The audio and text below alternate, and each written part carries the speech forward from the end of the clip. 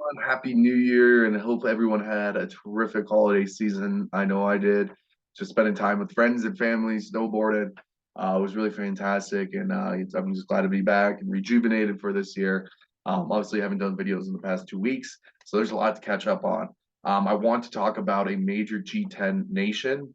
You're not familiar with the G10, it's the top 10 nations who have terrific economies. One of these economies is on the brink of a deep recession, almost comparable to Russia this year. So let's dive right in and let's talk about the big elephant in the room, and how this affects not only the United States, but the global economy as well. So the UK recession will be almost as deep as that of Russia. So obviously, a lot of people know of all the sanctions that happened in Russia, but why? Let's just start off with how fast Russia's economy is shrinking. Russia's economy shrank by 3.7% on a year over year from the start of the war. And the revised data showing a previously reported 4%. So we're going to see contractionary economic movement going from 4.1 last quarter to 3.7 the previous quarter. So if you define, a recession of two negative growth, you have it right here in Russia. So the scary thing is that this could also be translating over into the UK, which is a major G10 player. So Goldman Sachs on the 2023 macro outlook forecast a 1.2 contraction in the UK real GDP over the course of the year. Now, this was followed by a 1% expansion in 2024. So the contractionary this year, a little bit of expansionary next year. But one of the main contributors is that the UK is facing these high energy prices. Disposable income is going down. So they're not buying the things that they used to, like on entertainment and food. The euro and the UK are both already in recession. And if you follow my previous videos, we've been studying Credit Suisse. And Credit Suisse is one of the major banks, part of the UK, who's having some liquidity issues. As of December, early December, they raised capital. But anyways, I don't want to get into that. We'll get into it another time. Um, since both have endured a much bigger and more drawn out increase in household energy bills that will drive inflation to higher peaks than seen elsewhere. So again, it's the energy problem. They can't afford their energy bills right now. They're basically just focusing on, the things that keep them alive: food and water, clothing, and energy. And if you have your bills coming in at the end of the week and your energy prices is higher than it normally is, you got to cut back on expenses, and that's what we're seeing now. In the blue line, I have GDP, which is gross domestic produce for the nation, how much they contributed, and in red, I have oil prices. So they said inflationary. I'm thinking deflationary when it comes to energy prices, and this has been a common trend from the last couple of recessions that we have, and here's the data to back it up. As GDP as energy rises, we see that GDP slowly comes down along with energy prices. So as energy prices rise, like we've seen this year, we also see GDP come down, and then it comes into a recession. Now we also see it here before the great financial crisis. As energy prices went up, GDP went down. We were going into a global recession before COVID, so we saw the same thing. We saw energy prices rise, GDP come down. Now is the argument is, will we see the same thing? And if it follows trends, we got one, two, three, four, 5 times it's done it. We'll do it for a six. I believe it will. So we'll definitely, this is a sign that a recession is here and is coming as of this year. Households are expected to rein in their spending on discretionary items. That makes sense. They don't have the money to do it. Income is going down. Energy prices are up. In response to the squeeze of income, consumers cut back on spending. We anticipate a sharp reduction in non-essential categories. Spend those households most affected by the rise in energy, food costs. Kind of same thing I keep on reiterating. But I also kind of want to draw back into the U.S. economy and job openings and manufacturing data that came out as of January 4th. So job openings are holding strong. Now, if you follow the show, you understand that the Fed is trying to lower inflation, and the best way to lower inflation would be to raise rates, which and hope to induce people to lay off their employees because it gets too expensive, and we don't want the consumer's income to grow. So this is an area where the Fed is focused highly on. They just had the Fed minute yesterday. They spoke about how the job market is still strong, and that is one of the most worrying things that can increase inflation in the United States. So they do not see any rate hikes. I mean, any lowering of rates this year. That's what they said. But I can make a counter argument that maybe time is not on their side. We may see a pause in interest rates, and the manufacturing data will go to show. The job opening in the labor turnover survey month showed available positions from 10.4 million down to fractionally a total of over 10 million forecast by JOLT.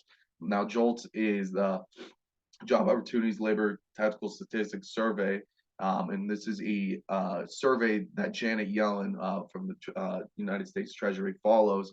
And so this is a high survey that they hold to a high standard. So we'll see how this information will transpire in the upcoming rate hikes in January, or maybe a pause, who knows. But basically, if we take the data from job openings and then in blue, and then the Wilshire 5000, which is the total United States stock index opposed to S&P 500 and all that stuff. There's a common trend that we see as these job openings start to plateau and go down, we also see the market go down with it. We've only had this a couple times in 2002, 2008, before COVID, and we're still on the same trend. So this trend is still following through. It's just a matter of when. So like I said, we were going to get into the manufacturing PMI data. And if you're not familiar with the manufacturing PMI data, anything above 50 is considered expansionary for the economy. Anything under 50 is contractionary. So right now, the manufacturing sector of the United States has fallen into contractionary at 48.4%. New orders and production, well, obviously it's contracting. The consumers in the United States, we're having high energy costs as the inflation. This is that discretionary spending that we've seen in the UK starting to fall off in the United States. Backlogs are contracting. Suppliers' deliveries are faster. Well, we could see as we got out of COVID, all the supply chain logistics kind of got cleaned up, and inventories are now flowing faster. But that doesn't really matter at this point because that was before we decided to raise rates, and demand has completely, if not eviscerated. So raw materials inventories are growing, customer inventories are too low, prices decreasing, exports and imports are contracting. So trade amongst United States, any other major economy has contracted. It is seen as the beginning signs of a recession. Now, this is just the manufacturing at a glance, important data. So like I said, anything under 50 is contracting. And in the right, we have November's manufacturing data. And on the left, we have the December data. And I want to notice a couple key takeaways. Production in November was seen in expansionary, as of December has completely contracted and is growing fast. Employment, like I said, is staying the same. And a lot of this has to do with before COVID and after reopening, you saw employees start to hire again at a tremendous amount. And so right now they don't want to, in my opinion, they don't want to lay off these employees just yet because they spent all this time training them. So that employment is still inflationary in my mind, and is a reason why the Fed might raise or continue raising. But the other signs are showing deflation and contractionary. Supplies gone down drastically in contraction, rate of change is faster. Inventories kind of settling in the same, kind of contracting, but not as much. Customer inventories, those are contraction, obviously, because the consumer, has to pay its fixed expenses before they go out and buy new shoes. Prices are contracting, so that's decreasing inflation. New exports are very contracting very fast. Imports are contracting very fast. So we have all this data from the manufacturing showing that most, or if not all, goods and service are now at this point of contraction. But the only thing that's really keeping the inflation up, in my mind, of the Federal Reserve is the labor. And so we have a lot of negative signs here, but the employment is so strong. Is the thing that worries me is that if the Fed is to continue raising, we will see more contractionary in the manufacturing, which could lead us into a similar recession, similar to the UK.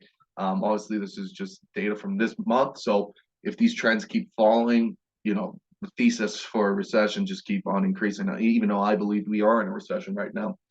Um, and right here, what I have is basically in red is the treasury yields or the interest rates and consumer prices. So as we see, as in 1980s, as the Fed started to raise rates, we saw the CPI come down, and then we entered a recession.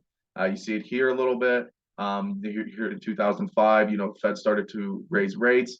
CPI was high, and then it starts to fall down, and then we enter recession. And we're seeing the same trend right here. The Fed's raising these rates, the CPI is coming down. And so we're seeing that trend follow suit as well. Hopefully, that was some information to help you make financial decisions in 2023. I do believe 2023 will have some economic constraints on your guys' abilities. You will be seen, it will be felt. It's just now where we just have to be frugal and understand what is happening in the economy and things to look out for. So with that being said, happy Thursday takeaway. Happy New Year, everyone. I'm glad to be back for 2023, and let's kick back and rock and roll. Cheers.